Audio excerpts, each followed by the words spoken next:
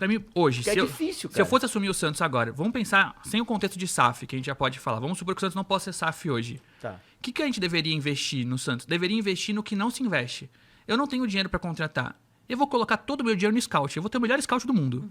E uma base foda pra caralho. Eu vou pagar 1 milhão no Bilal Brahim e vou pagar 50 mil no scout foda. Então, cara, eu vou ter a melhor estrutura de base pra que os jogadores queiram... Porque o Santos, antes, ele não precisava trazer jogador pra base. Os jogadores vinham, batiam na porta. Porque o Santos era o único clube que revelava.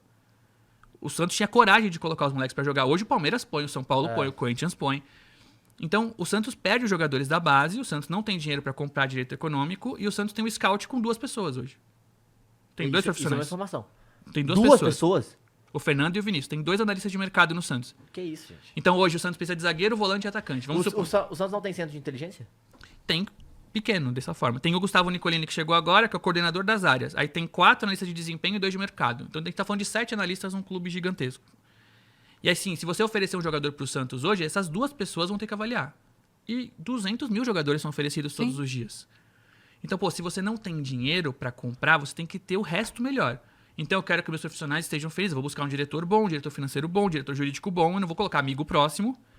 E eu vou fazer com que a gente tenha criatividade pra buscar jogadores. Em comparação com o salário de um jogador ruim, sai barato bons profissionais, né? Um jogador. O salário do Mike paga um Paga o Um ano. monte de departamento gente, de inteligência Não, paga inteiro. quase o ano, gente. Então, assim, um caminho seria esse. Bilal, gente. Bilal, se você pegar o dinheiro do Bilal todo e botar na estrutura de captação. Tipo assim, porra, quem é o melhor diretor de marketing do Brasil hoje? Quem é o cara que traz patrocínio? Quem que fala com todas as bets, com todas as empresas? Se esse cara ganhar 500 mil reais, ele vai trazer um patrocínio de 100 milhões, e meu diretor de 100 mil reais traz um patrocínio menor, vale a pena trazer esse cara. Só que o Santos prefere trazer o amigo do amigo o tempo inteiro. Então, hoje, depois de todo o rombo que fizeram, uma nossa dívida de 1 bilhão de reais, imagina, você faturar 400 milhões por ano e ter uma dívida de 1 bi, assim. Porra, tem, tem que fazer muita força, Tá de sabe? boa ainda, galera. Tem que fazer muita Tem força. piores. Cara, tem piores. achei que tava pior. 1 bi. Dizem. 1 bi. Hoje chegou o momento que eu acho que pra gente voltar a ser o Santos é só com SAF. Mas pra gente pagar as contas, tem que ter gente, o próximo presidente... eu vamos acho que ainda supor, tem como pagar as contas sem ser SAF. O problema é, estamos dispostos a fazer isso? Não estão. Ou seja, na verdade não é estamos dispostos, né? Vamos conseguir fazer isso de uma forma profissional? Porque se Sim. for só da forma madura, não tem como. Cara, hoje o Santos ainda tem esse founding no Rueda. E o Marcelo Teixeira põe dinheiro. Tá. Então é meio que SAF, gente. Então assim, já temos gente de fora colocando dinheiro pra gente pagar as contas. Eles podem negar que colocam, mas eles põem. O Santos não consegue pagar. Todo mês o Santos arrecada menos do que tem que pagar. E a cada vez essa bolha aumenta. Com mais juros não tem como fazer. Com o Neymar também. Então assim, o Neymar foi uma contratação da hora? Foi. Mas o que a gente pagou no primeiro semestre pra ele no ano passado não era sustentável pra um clube desse. E a gente tá no ano político. A jovem declarou guerra contra o presidente no último jogo na Vila. O que seria... E quebrou esse laço, né? Porque a existia jovem esse que ajudou laço. a eleger o Marcelo. Exato. E o Marcelo que tinha... Eles têm uma simbiose muito grande, Há muito né? Marcelo e jovem. E aí quebrou esse elo aí. Muita gente esperava a pressão da jovem nos últimos tempos, que não veio como Não se veio. esperava, e agora eles falaram, é guerra contra o Teixeira.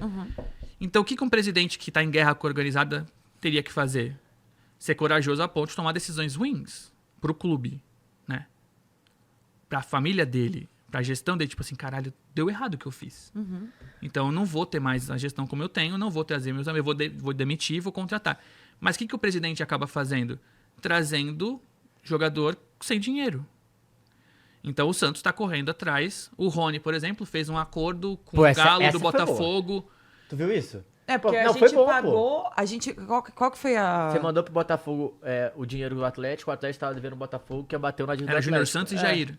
Então o Santos vai deixar de receber do Jair um dia porque tá trazendo o Rony. Então, mas eu tenho... E ainda tem 2 milhões que pode acontecer de meta, né? Foi. Mas tem um cenário aqui que muita gente diz que o Santos não tem bons atletas porque a gente não tem dinheiro. A gente não tem dinheiro, a gente não consegue bons atletas. Mas eu tenho certeza que a gente paga um dos maiores salários da Série A. Nós temos uma das maiores folhas da Série A. Qual que é isso? Por que o Mike ganha 1 milhão no Santos? Porque é a única forma de convencê-lo a vir. Mas o Mike é a melhor decisão por 1 milhão? Não é. A gente acha que a gente estaria outro lateral direito melhor. Mas a gente trouxe um diretor num momento difícil da temporada.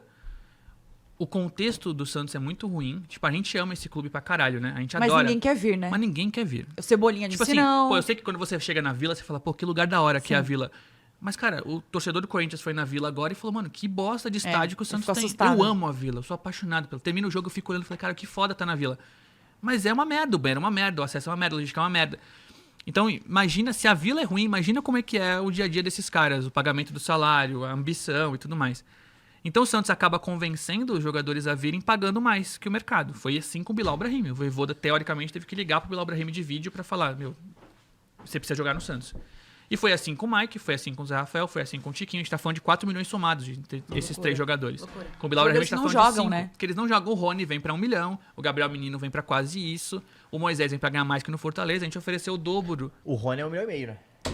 Então. O Atlético era 1,700 esse ano e ele Mas ganhou pelo 1,5 menos esse aí vai jogar. O Santos não conseguiu trazer o José Aldo agora.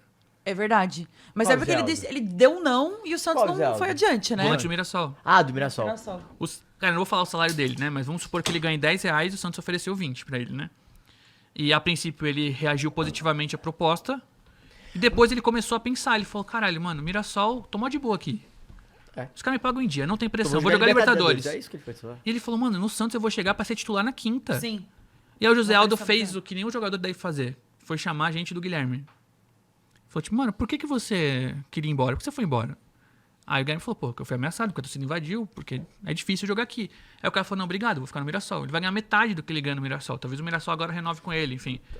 Mas o Santos, ele acaba pagando preços acima do mercado, não só pra jogadores, também pra profissionais do meio.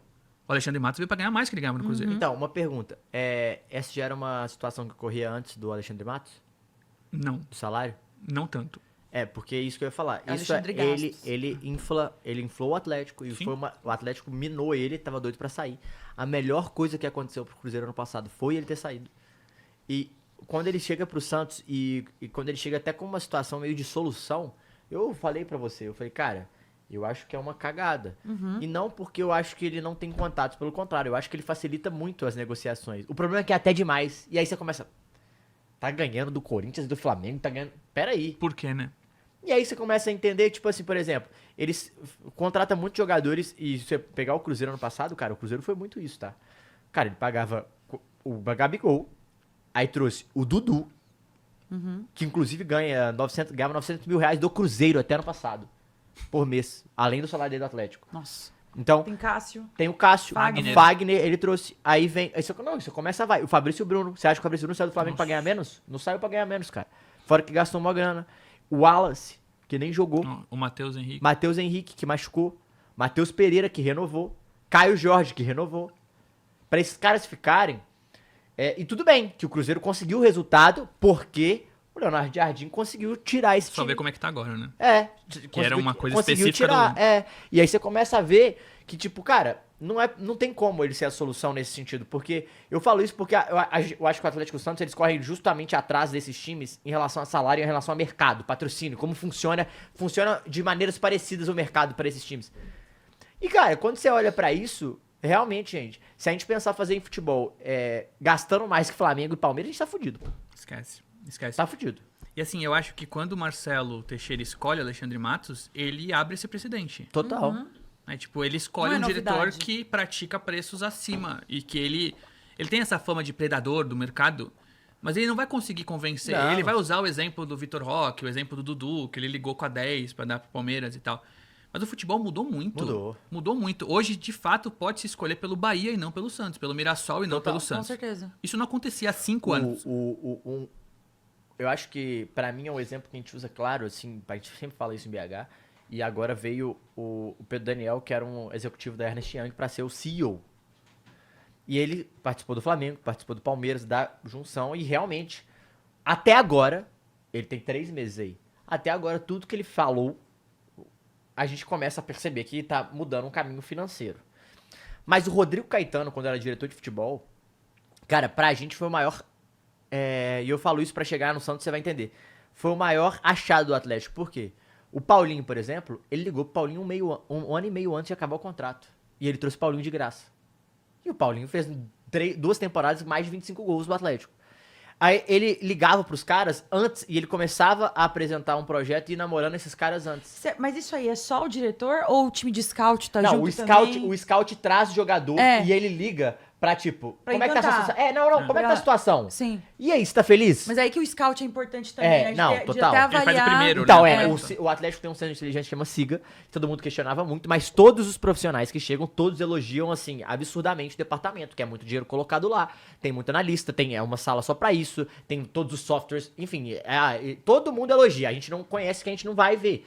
Mas o Atlético tem um processo, por exemplo, quando contratou o Milito, tinha um porquê. Quando contratou quando contratou o Cuca, foi mais um desespero de ninguém tava aceitando. Ninguém tava aceitando dos caras que ele queriam. E o Sampaoli volta pro estilo mais perto do Milito lá atrás. Que é um pouco mais desse Atlético ofensivo. E eu acho que até tem um DNA. Mas quando você começa a olhar, existem alguns caminhos que são seguidos.